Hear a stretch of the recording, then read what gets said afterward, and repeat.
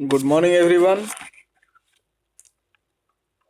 अब हम लोग डिस्कस करेंगे सोशियो इमोशनल जो नीड्स होते हैं, यानी सोशल से लिया गया है, इमोशनल, सोशल और इमोशनल जो नीड्स हैं स्टूडेंट्स के, उसको किस तरीके से एड्रेस करेंगे, कैसे बच्चों के अंदर सोशल डेवलपमेंट्स लाएंगे, इमोशनल डेवलपमेंट्स लाएंगे।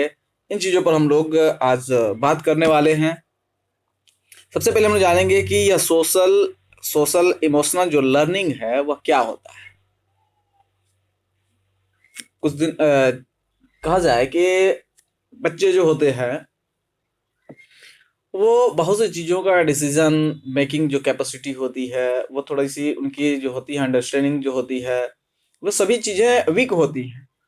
और उनके अंदर इन सभी चीज़ों का डेवलपमेंट लाने के लिए हमें उनके अंदर सोशल डेवलपमेंट लाने की ज़रूरत है, सोशल लर्निंग उसमें डेवलप करने की ज़रूरत होती है, साथ ही साथ इमोशनल लर्निंग डेवलप करने की ज़रूरत होती है। जैसे कोरोना काल जब चल रहा था, लॉकडाउन चल रहे थे, स्कूल बंद थे, तो उस दौरान इस तरीके की बहुत सी समस्याएं आ रही थी बच्चों के अंदर। बच्चों को कहा जाए कि उनको पढ़ाने के लिए, जो डिटैच हो चुके थे स्कूल से, तो बच्चों को जोड़ने के लिए, क्योंकि बच्चे उस समय बहुत ज़्यादा मात्रा में कहा जाए कि परेशान थे कि किस तरीके से हम लोगों की आगे की पढ़ाई होगी, क्या हम लोग कंटिन्यू कर पाएंगे या नहीं कर पाएंगे। तो उनके यदि लेवल पर जाकर के हम लोग सोचें कि उनके अंदर भी किस तरीके के क्वेश्चंस राइजेस होते रहते थे, क्या हम लोग फर्दर कुछ बन पाएंगे, कुछ सीख पाएंगे या नहीं सीख पाएंगे, क्या स्कूलें खुलेंगी या नहीं खुलेंगी। तो उस दौरान जो है स्कूलों ने, जो एजुकेशन के ऑर्गेनाइजेशंस हैं, उन लोगों ने एक ऑनलाइन प्लेटफॉर्म तैयार किया। ऑनलाइन प्लेटफॉर्म के माध्यम से बच्चों को पढ़ाने की कोशिश की, बच्चों को जोड़ने का कोशिश किया गया। लेकिन ऑनलाइन से सोशल और इमोशनल जो लर्निंग है उसको डेवलप नहीं कराया जा सकता है। बच्चों को स्कूल में आकर के चीज़ों को जब सीखते हैं, उनके अंदर सोशल बिहेवियर्स, लोगों से मिलने जुलने का जो है व्यवहार, वो सीखते हैं। यहाँ पर इमोशनल लर्निंग भी उनके लिए ज़रूरी है। अपने इमोशंस को कैसे कंट्रोल करें, अपने इमोशंस को जो है आपके रास्ते में रुकावट ना आए, इन चीज़ों को वो सीखें। इसके लिए सोशल इमोशनल लर्निंग जो है वह ज़रूरी है।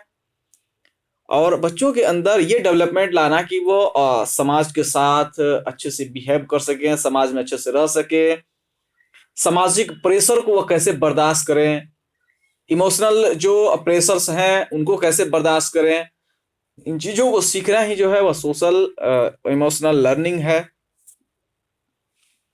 सोशल इमोशनल सपोर्ट्स जो होते हैं लर्निंग के, इसमें फोकस थिंकिंग पर ध्यान दिया जाता है, मैनेज बिहेवियर के ऊपर, build positive relationship and understand and deal with feelings.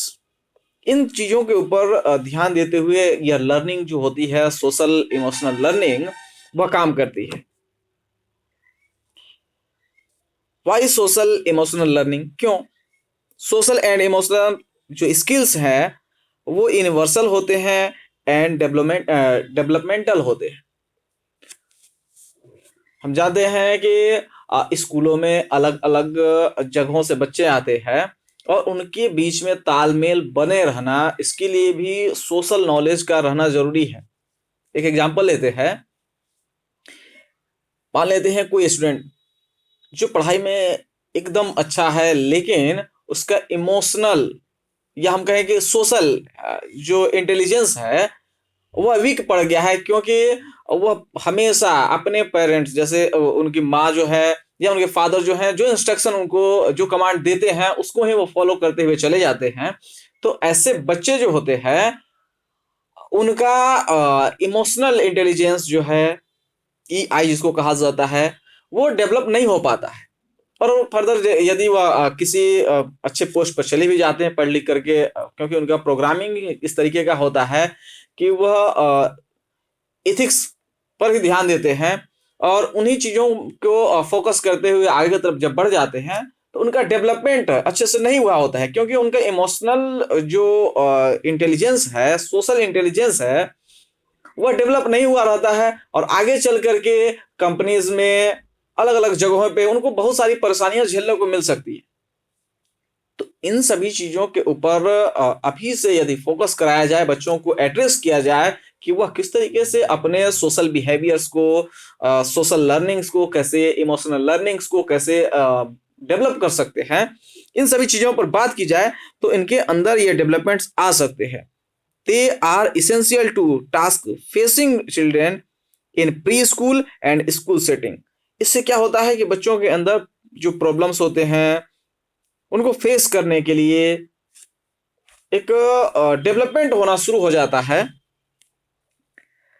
Effective instruction reaches it's limits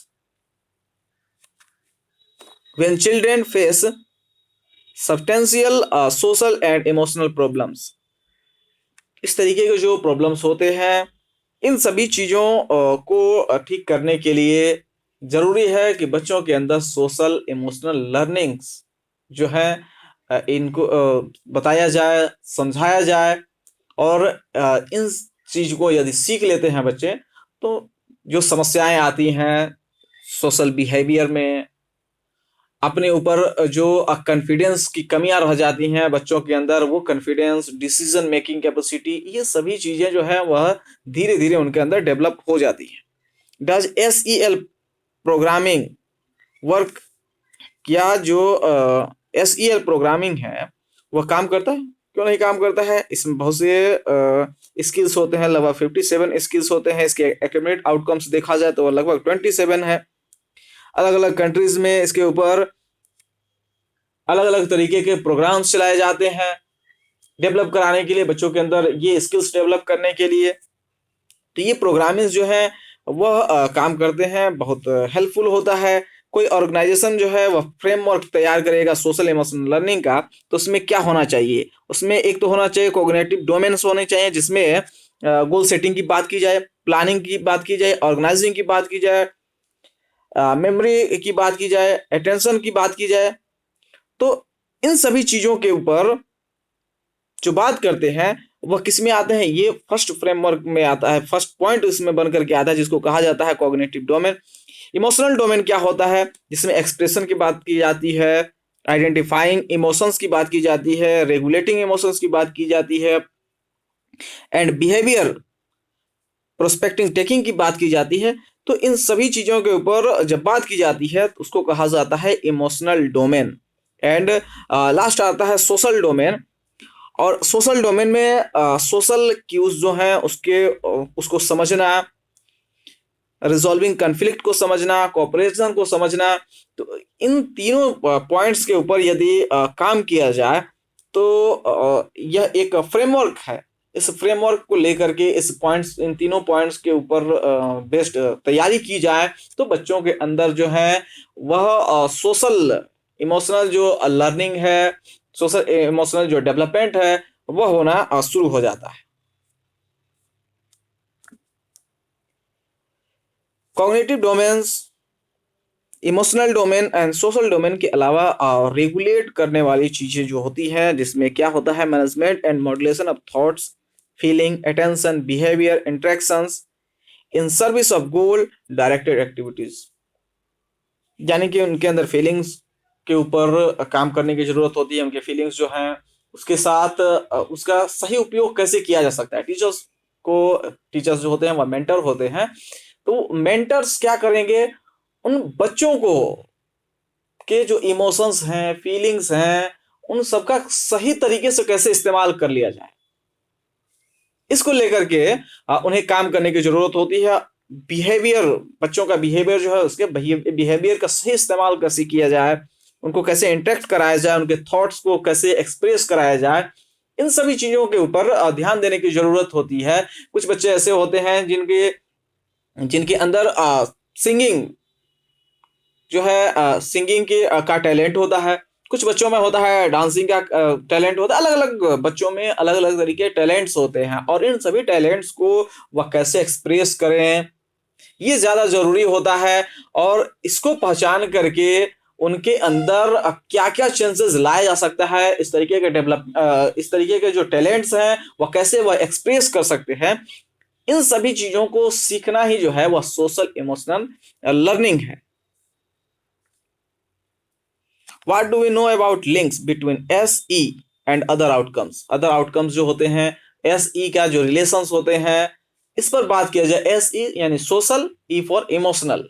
social और इमोशनल जो लिंक है, इसके बीच में जो लिंक बन रहा है और अदर जो आउटकम्स हैं उसके बीच के जो लिंक्स बन रहे हैं, इसको समझने की जरूरत होती है कि कैसे उनके सोशल बिहेवियर्स, इमोशनल बिहेवियर्स को जो आउटकम्स आ रहे हैं उसके साथ जोड़ा जाए। कुछ बच्चे देखे होंगे कि इस तरीके से मेच्योर बिहेवियर करते हैं क्लासरूम में, कुछ शरारती बच्चे उनको परेशान भी करते हैं, और ऐसे बच्चे जो होते हैं उन सभी बातों को नजरअंदाज करते हैं, टॉन्टिंग करते हैं। टॉन्टिंग वाले पॉइंट्स को भी वह बर्दाश्त करके और अपने लक्ष्य के ऊपर, अपने गोल के ऊपर वह काम कर रहे होते हैं कि नहीं, हमें अच्छे रिजल्ट्स लाने हैं, हमें इस चीज को सीखना ही है। कुछ डिस्टर्बिंग एलिमेंट्स होते हैं क्लासरूम में। हर क्लासरूम में एक दो ऐसे स्टूडेंट्स होते हैं जिनका मेन पर्पस ही होता है कि क्लासरूम का जो इन्वायरमेंट है उसमें चेंजिंग लाया जाए। चेंजिंग लाया जाए का मतलब निगेटिव चेंजिंग लाया जाए। ऐसा नहीं कि पॉजिटिव चेंजिंग लाने की कोशिश करते हैं, हम निगेटिव चेंजिंग लाने की कोशिश ही करते हैं, क्योंकि वह डिस्टर्बिंग एलिमेंट्स है। उनका मनसा पढ़ने का नहीं होता है, प्रेशराइज होकर के घरों से वह प्रेशराइज होकर के आते हैं स्कूलों में सीखने के लिए। तो ऐसे बच्चे जो होते हैं कि जो बिहेव करते हैं कुछ मेच्योर्स के जैसे, यानी कि उनके अंदर वो अपने इमोशंस के ऊपर कंट्रोल कर चुके होते हैं। वो अपने इमोशंस को सही डायरेक्शन में लेकर के जा रहे होते हैं, उनकी बातों को इग्नोर करके, और अपने पढ़ाई पर ही फोकस करते हैं, चीजों को सीखने के ऊपर फोकस करते हैं, अलग अलग एक्टिविटीज में वो पार्टिसिपेट करते हैं। तो इस तरीके से कहा जाए कि उनके आउटकम्स जो है रिजल्ट पर पड़ता है, यानी कि उनका जो सोशल और इमोशनल जो बिहेवियर्स हैं वह उनके रिजल्ट के ऊपर, उनके बिहेवियर्स, अलग अलग चीजें जो होती हैं वह इंक्लूडेड होती हैं।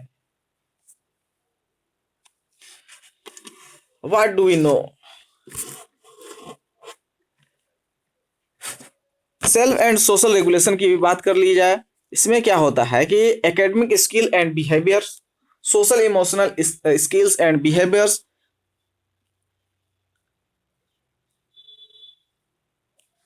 self control measured with observer, parent, teacher and self report ratings during the first decades of life predicts income, saving behavior, financial security। ये अलग अलग एक रिपोर्ट्स कहा जाए कि रिपोर्ट्स है जिसमें सोशल और इमोशनल जो लर्निंग है इससे क्या क्या चेंजेस आए हैं और इसमें कौन कौन इन्वॉल्व रहे तो बच्चों में बेहतर विकास कराया जा सकता है, बेहतर डेवलपमेंट लाया जा सकता है। इसको लेकर के कुछ पॉइंट्स यहाँ पर दिए गए हैं। देखिए, self control and marshmallows. Marshmallows एक तरीके की मिठाई है और सेल्फ कंट्रोल की बात की जा रही है। यहाँ पर एग्जांपल लेते हैं, study of ability to delay gratification, यानी कि सेल्फ कंट्रोल को लेकर के एक यहाँ पर आप फोटो में देख रहे हैं कि छोटा बच्चा जो है वह सेल्फ कंट्रोल के लिए इसको एक प्रलोभन दिया जा रहा है उसके इमोशन के साथ। देखिए, उसके इमोशन का सही इस्तेमाल किया जा रहा है कि उसके अंदर सेल्फ कंट्रोल बिल्ड हो।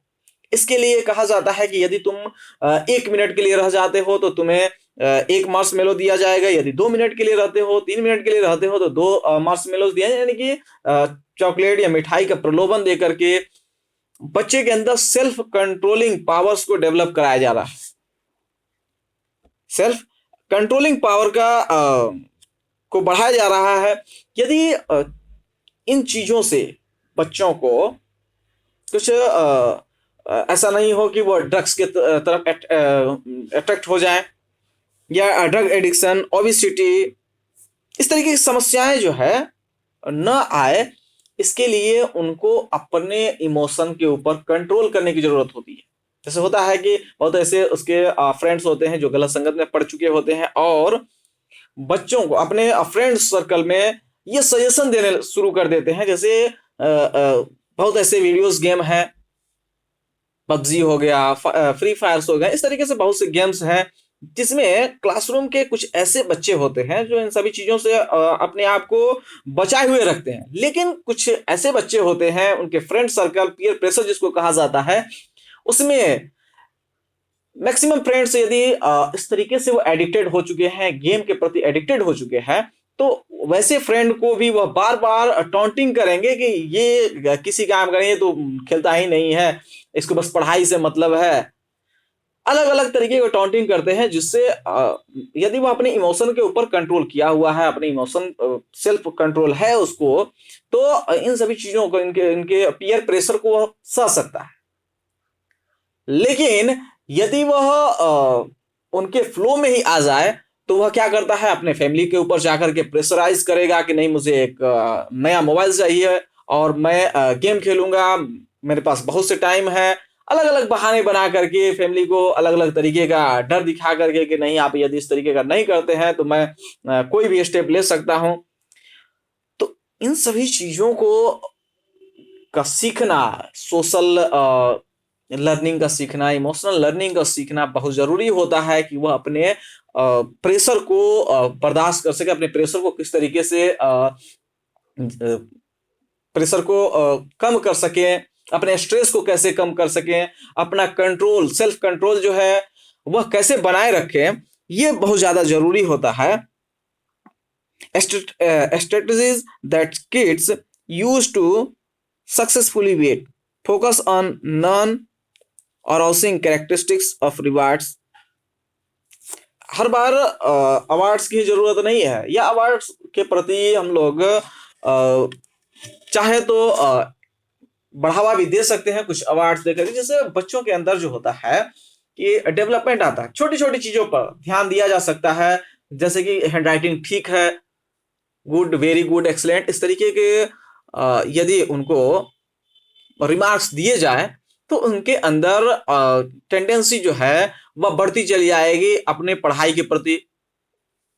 भले ही खराब हैंड राइटिंग हो, या कुछ आपने प्रोजेक्ट बनाने के लिए दिया और वो आपको पता है कि वह प्रोजेक्ट जो है अपने किसी दूसरे फ्रेंड्स के द्वारा, अलग अलग लोगों के द्वारा, अपने फैमिली मेंबर्स के द्वारा वह कंप्लीट करा करके लाया है, फिर भी आप उसको कुछ रिमार्क्स देंगे, तो वह कोशिश करेगा कि नहीं, हम अगले बार और अच्छे से बनाएंगे, तो हमें बार बार रिमार्क्स मिलते रहेंगे, और इससे वह अपने कंट्रोल को, या हम कहें कि अपने जो इमोशंस हैं उसके ऊपर धीरे धीरे डेवलपमेंट उसके अंदर हो सकता है।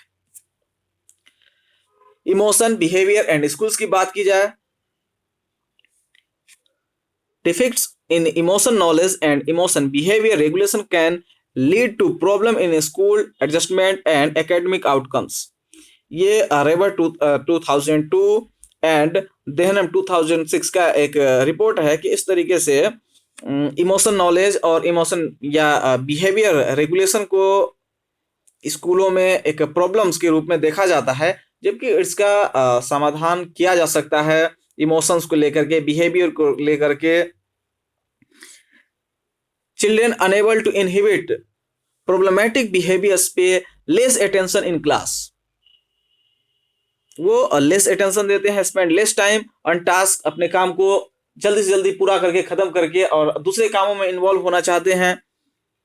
Have poorer school adjustment and academic outcomes, और उनके अंदर ऐसे बच्चों में धीरे धीरे क्या हो जाता है, जो अपने इमोशंस के ऊपर सोशल, या हम कहें कि इमोशन एंड बिहेवियर्स जो है, सोशल बिहेवियर हैं, इमोशनल बिहेवियर्स हैं, यदि इनका डेवलपमेंट नहीं हो, इन चीज़ों का जो SEL है इस पर काम नहीं किया जाता है, तो बच्चों के अंदर लगातार जो होती है, जिसको हम लोग कहते हैं कि उनके अंदर एकेडमिक डाउनफॉल होना शुरू हो जाता है। एकेडमिक आउटकम्स जो होते हैं वो पुअर होते जाते हैं, टास्क में वो अपने समय को कम देते हैं, क्लासरूम में अटेंशन उनका कम रहता है। साथ ही साथ ऐसे चिल्ड्रन जो होते हैं वो सेल्फ रेगुलेशन स्किल्स में पुअर होते हैं, एंड ज़्यादा से ज़्यादा चांसेस होती है कि वह पीयर रिजेक्शन, पीयर प्रेशर्स जो होते हैं, यानी कि उनके फ्रेंड्स के जो प्रेशर्स होते हैं, and low level of academic achievements, इस तरीके के केसेस देखने को मिल सकता है कब? जब उनके अंदर SEL जो है, यानी कि सोशल इमोशनल लर्निंग स्किल्स यदि डेवलप ना हो तब। Poverty, stress and regulation. 1 in 5 children growing up in poverty have increased risk for social emotional difficulty। ये इवांस एंड इंग्लिश 2002 और 2004 के रिपोर्ट्स हैं, जिसमें 5 में से 1 in 5 चिल्ड्रन, 5 में से एक बच्चा ऐसा होता है पॉवर्टी में, यदि वह ग्रो कर रहा है, गरीबी में जी रहा है, तो उस दौरान उसमें यह हाई ज़्यादा चांसेस होती है कि उसका सोशल इमोशनल जो है डेवलपमेंट नहीं होगा। सोशल इमोशनल डेवलपमेंट यदि नहीं होता है, डिफिकल्टीज आएंगी, तो उसका एकेडमिक परफॉर्मेंस जो होगा वो लगातार डाउनफॉल होते जाएगा। तो पॉवर्टी भी कहा जाए कि यह एक कारण बन जाता है। स्ट्रेस को हैंडल करना भी ज़्यादा ज़रूरी होता है। बच्चे जो हैं वह अपने स्ट्रेस को हैंडल कर सकें, तो स्ट्रेस को हैंडल करने की एबिलिटी जो है उनमें सिखाने की ज़रूरत होती है। और ये कहाँ सीखेंगे? तो इस तरीके के जो केसेस हैं, इन सबको क्लासरूम में स्कूल मैनेजमेंट के द्वारा यदि सिखाया जाए तो उनके अंदर SEL जो है वह डेवलप हो जाएगा। यहाँ पर एक डेटा दिया गया है जिसमें लैंग्वेज के ऊपर 10 से 13 साल के बच्चों को के अंदर SES, सोशल इमोशनल जो बिहेवियर है, उसको लेकर के और एक डेटा तैयार किया गया है।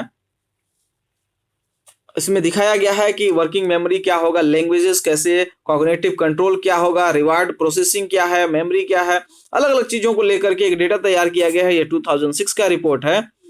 और इसमें आप देख रहे होंगे कि लैंग्वेज तो ठीक ठाक रहते हैं, इनका मेमोरी भी लगभग ठीक रहता है, लेकिन रिवार्ड प्रोसेसिंग जो होते हैं, वर्किंग मेमोरी जो है, कॉग्निटिव कंट्रोल्स जो हैं, वह लगातार गिरते चले जाते हैं यदि किसके ऊपर ध्यान न दिया जाए, तो सोशल इमोशनल लर्निंग के ऊपर ध्यान न दिया जाए। तो ये जो न्यूरो कॉग्निटिव्स हैं वो डिफरेंसेस देखने के लिए मिल सकता है। तो ज़रूरी है कि SE स्किल्स को सही तरीके से और डेवलप कराने की ज़रूरत होती है। ये डेवलपमेंट जो है वह शुरुआती दौर से ही, यानी कि 3 to 6 ईयर के लिए एक अलग तरीका होना चाहिए, 5 to 8 ईयर्स के लिए, 7+ ईयर्स के लिए, ये अलग अलग तरीकों को अपना करके SEL स्किल्स जो हैं उनको डेवलप कराया जा सकता है। क्या पर ध्यान देते हैं कि एग्जीक्यूटिव फंक्शंस जो हैं इम्प्रूव कराए जाते हैं ड्रामेटिकली इन प्री स्कूल्स में। यदि इन चीज़ों के ऊपर ध्यान दिया जाए तो धीरे धीरे उनके ब्रेन का जो डेवलपमेंट है वो अच्छे तरीके से होते जाएगा और वो अपने सोशल और इमोशनल प्रेशर को कंट्रोल कर सकते हैं। यहाँ पर एक एग्जांपल लिया गया है, कॉग्निटिव रेगुलेशन प्लानिंग। इसमें एग्जांपल लिया गया है कि बच्चे के अंदर किस तरीके से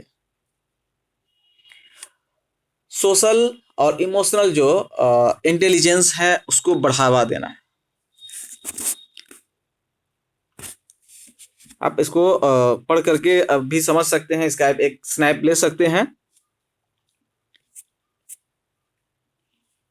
और भी कुछ एग्जांपल्स दिए गए हैं। जरूरी होता है कि इसमें अलग अलग तरीके का कहा जाए कि प्लान करके अलग तरीके का एक फ्रेमवर्क तैयार करके और बच्चों के को सही डायरेक्शन में लाने के लिए, उनके इमोशंस को कंट्रोल कराने के लिए अलग अलग कहानियों का माध्यम बनाया जा सकता है। अलग अलग जो लीडर्स हैं उनका एग्जाम्पल लेकर के और उनके इमोशंस को सही डायरेक्शन में लाया जाए। हम जानते हैं कि बच्चे जो होते हैं वो अपने इमोशंस को कंट्रोल नहीं कर पाते हैं। समटाइम्स कुछ ऐसे स्टूडेंट्स भी हमें मिलते हैं जो पढ़ाई तो पूरी कर रहे होते हैं, लेकिन उनका जो एम होता है वह दूसरे को देख करके ही वह अपने एम को सेलेक्ट कर लेते हैं, अपने गोल को सेलेक्ट कर लेते हैं दूसरे पर्सन को देख करके कि ये इस तरीके से काम कर रहा तो वो सक्सेस हो गया। इसमें वे अपने इमोशंस के ऊपर कंट्रोल नहीं कर पा रहे हैं। जिसको देखें, जैसे कि किसी फेवरेट उसके क्रिकेटर के ऊपर मूवीज आ गए, उसको देखा, और बच्चे जो हैं जैसे MS धोनी आ गया मूवीज, तो उसको देख करके सचिन तेंदुलकर के बेस्ट मूवी आ गया, तो बच्चों के अंदर वे अपने इमोशंस को कंट्रोल, क्योंकि वो जानते हैं कि उनकी एबिलिटी क्या है, वे अपनी एबिलिटी को जानते हुए भी अलग डायरेक्शन में चले जाते हैं। और उससे क्या होता है, वह अपनी इमोशंस को यदि कंट्रोल करें, समझें, तो इससे क्या होगा कि उनका डेवलपमेंट बेहतर हो सकता था। लेकिन वे अलग अलग डायरेक्शंस में, अलग अलग चीजों में इन्वॉल्व होकर के अपना जो नेचुरल टैलेंट होता है उसको भी वह खो देते हैं। तो जरूरी होता है कि उनके अंदर इमोशंस का रेगुलेशन हो सके, उनके अंदर सोशल रेगुलेशन हो सके, सोशल बिहेवियर का रेगुलेशन हो सके। तो कुछ एग्जांपल्स यहाँ पर दिए गए हैं जिसको आप स्नैप लेकर के और समझ सकते हैं। SEL स्किल्स के फंडामेंटल क्या है, फंडामेंटल टू लर्निंग में यहाँ पर दिखाया गया है कंसेप्ट जो है स्टॉप एंड थिंक। किसी चीज को करने से पहले रुकना चाहिए, सोचना चाहिए, उसके बाद रिफ्लेक्ट करना चाहिए, वेट करें, रिफ्लेक्ट करें, फोकस के ऊपर ध्यान देना चाहिए। इसके लिए pay attention, listen, ignore, distractions, ये की क्लासरूम स्किल्स हैं एंड बिहेवियर्स हैं। एक एक पॉइंट को लेकर बी फ्लेक्सिबल को लेकर के क्या होना चाहिए, transition, switch, take other perspectives,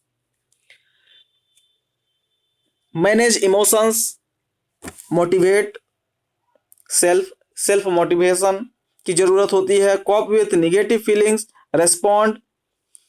इन चीजों के ऊपर यदि ध्यान दिया जाए तो धीरे धीरे क्या होते जाएगा, SEL स्किल्स जो है बच्चों के अंदर, स्टूडेंट्स के अंदर यह बनते चला जाएगा। नोटिस एंड रेस्पेक्ट अदर्स, दूसरे का रेस्पेक्ट सिखाया जाए, तो इससे धीरे धीरे क्या होता जाएगा। जैसे ऐसा नहीं होता है कि हम लोग मॉनिटर्स रखते हैं, मॉनिटर्स क्लासरूम में क्यों रखे जाते हैं? मॉनिटर्स का रखने के पीछे एक ही रीजन नहीं है, बहुत सारे रीजंस हैं, जिसमें एक रीजन यहाँ पर हम लोग बात कर लें सोशल इमोशनल के ऊपर, कि वह एक तरीके से कहा जाए कि पूरे क्लास के लिए एक वह लीडर का काम करता है, जो बच्चों के अंदर, बच्चे जो हैं एक एक करके हर बार मॉनिटर जो चेंज किए जाते हैं, इससे क्या होते हैं, हर बच्चे के अंदर ये लीडरशिप क्वालिटी डेवलप होनी शुरू हो जाती है। साथ ही साथ वो इमोशंस को कैसे कंट्रोल करें, अपने इमोशन को कंट्रोल कर सके, उनका सोशल बिहेवियर्स डेवलप हो सके, इसके लिए उनका सभी बच्चों के साथ बिहेवियर तालमेल बना हुआ रहे, टीचर्स के साथ उनका तालमेल बना हुआ रहे, तो इससे उनके अंदर एक स्किल्स डेवलप हो रहा है। साथ ही साथ जो मॉनिटर्स होते हैं उनका और जो बच्चे होते हैं वे रेस्पेक्ट करें। ये जरूरी होता है कि इससे जो उनके अंदर स्किल्स जो आए वह बेहतर तरीके से डेवलप हों। प्लान एंड सेट गोल्स, इसमें ऑर्गेनाइज करने की जरूरत होती है। तो इस तरीके से बच्चों के अंदर जो है कम्युनिकेशन की भी आवश्यकता होती है। may take on all this integration, it's universal, developmental and contextual। इन सभी बातों को भी अप्लाई करके बच्चों के अंदर SEL जो है वह डेवलप कराया जा सकता है। Defining SEL can be a challenge. Social emotional learning के एग्जांपल्स यहाँ लिए जा रहे हैं कि emotion knowledge, emotion vocabulary, conflict resolution, cooperation और empathy. approaches to learning ATL examples, filtering, flexible problem solving, understanding of and compliance with classroom rules. ATL, approach to learning, social emotional learning और executive functions. SEL के लिए एक कहा जाए कि एक challenging ये टर्म्स होते हैं कि SEL जो है यदि लाना चाहते हैं सोशल इमोशनल लर्निंग, तो इसके लिए इन तीनों के ऊपर फोकस करने की जरूरत होती है। अप्रोच टू लर्निंग ज़्यादा ज़रूरी होता है। क्लासरूम में बच्चे जो हैं वो अच्छे से समझ सके, आपकी बातों को फ्लेक्सिबल हो, प्रॉब्लम सॉल्विंग में उनके अंदर फ्लेक्सिबिलिटी हो, मैथ्स के क्वेश्चन सॉल्व कर रहे हैं तो अलग अलग तरीके से उन्हें सॉल्व कर सकें, क्या क्या उसके रिजल्ट्स कंसिक्वेंसेस आ सकते हैं। अलग अलग माध्यम लिया जा सकता है समझाने के लिए, जैसे कि आपको इंडिया के ही कुछ स्टेट्स को दिखाना है तो एक डायग्राम फ्लोर पर ही बना करके और उस पर बहुत से सारे इसके बेस्ड मूवीज भी बने हुए हैं जिसमें दिखाया जाता है बच्चों को जागरूक करने के लिए, सिखाया लेसन लेने के लिए ये बने हुए होते हैं। An organising SEL model for intervention और प्रैक्टिस। रेगुलेटरी गेस्टाल्ट्स हैं, over time skills across domains are integrated into coherent system of regulatory function. Working memory, attention control, attention shifting and response inhibition जो होते हैं वो इनके अंदर social regulation, emotional regulation और cognitive regulation को control करने के लिए होते हैं।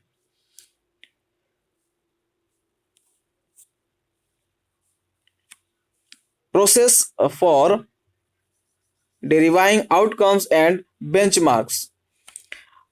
सबसे पहले उनके वे रिसर्च करें किसी काम को करने से पहले और उसके बाद ही उसका प्रैक्टिस करें।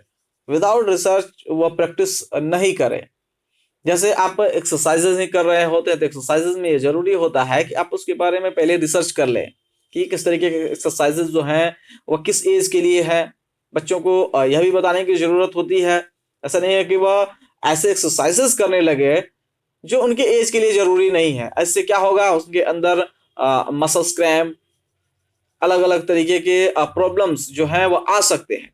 तो जरूरी होता है कि इसमें रिसर्च किया जाए और रिसर्च करके ही किसी चीज का प्रैक्टिस किया जाए। SEL में सबसे अहम बात यह होती है कि इसमें बच्चे जो होते हैं वो अपने सोशल बिहेवियर्स, इमोशनल बिहेवियर्स के ऊपर रिसर्च करके और उसका प्रैक्टिस करते हैं कि किन चीज़ों को हमें सीखने की ज़रूरत होती है, हमें अपने इमोशन को कैसे कंट्रोल करना है।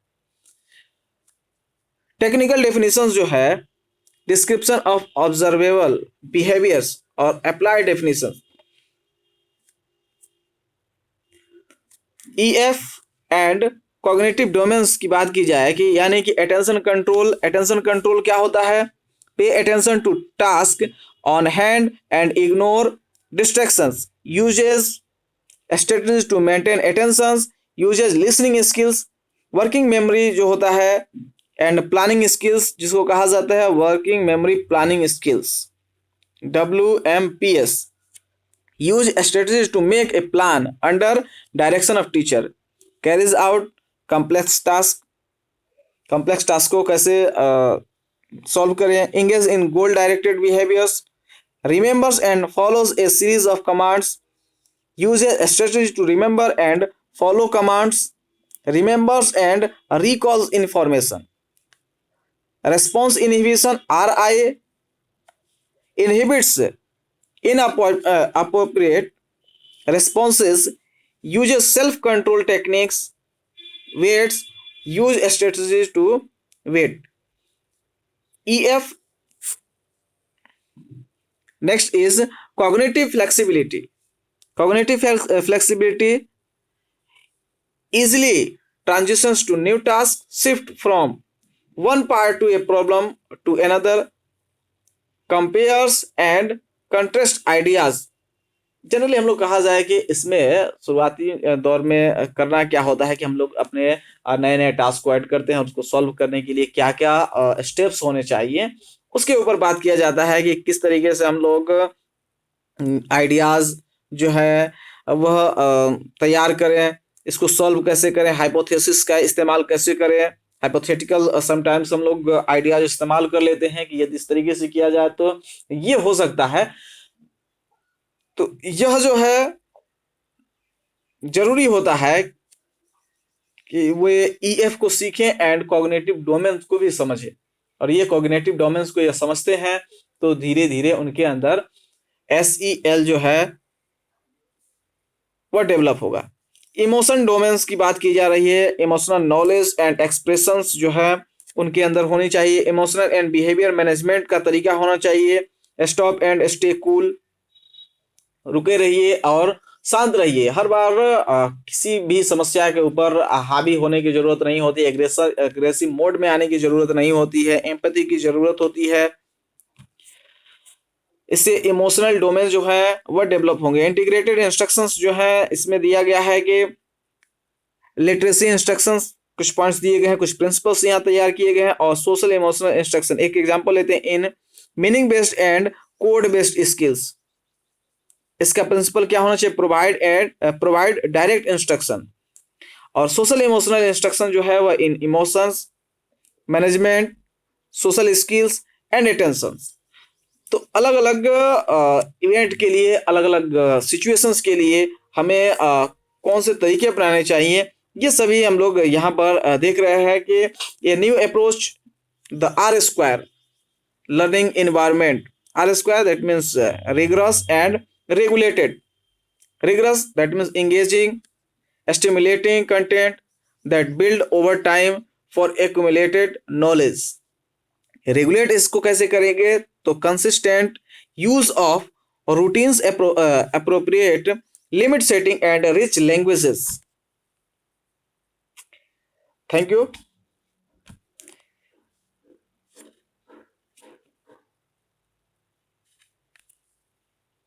Thank you everyone.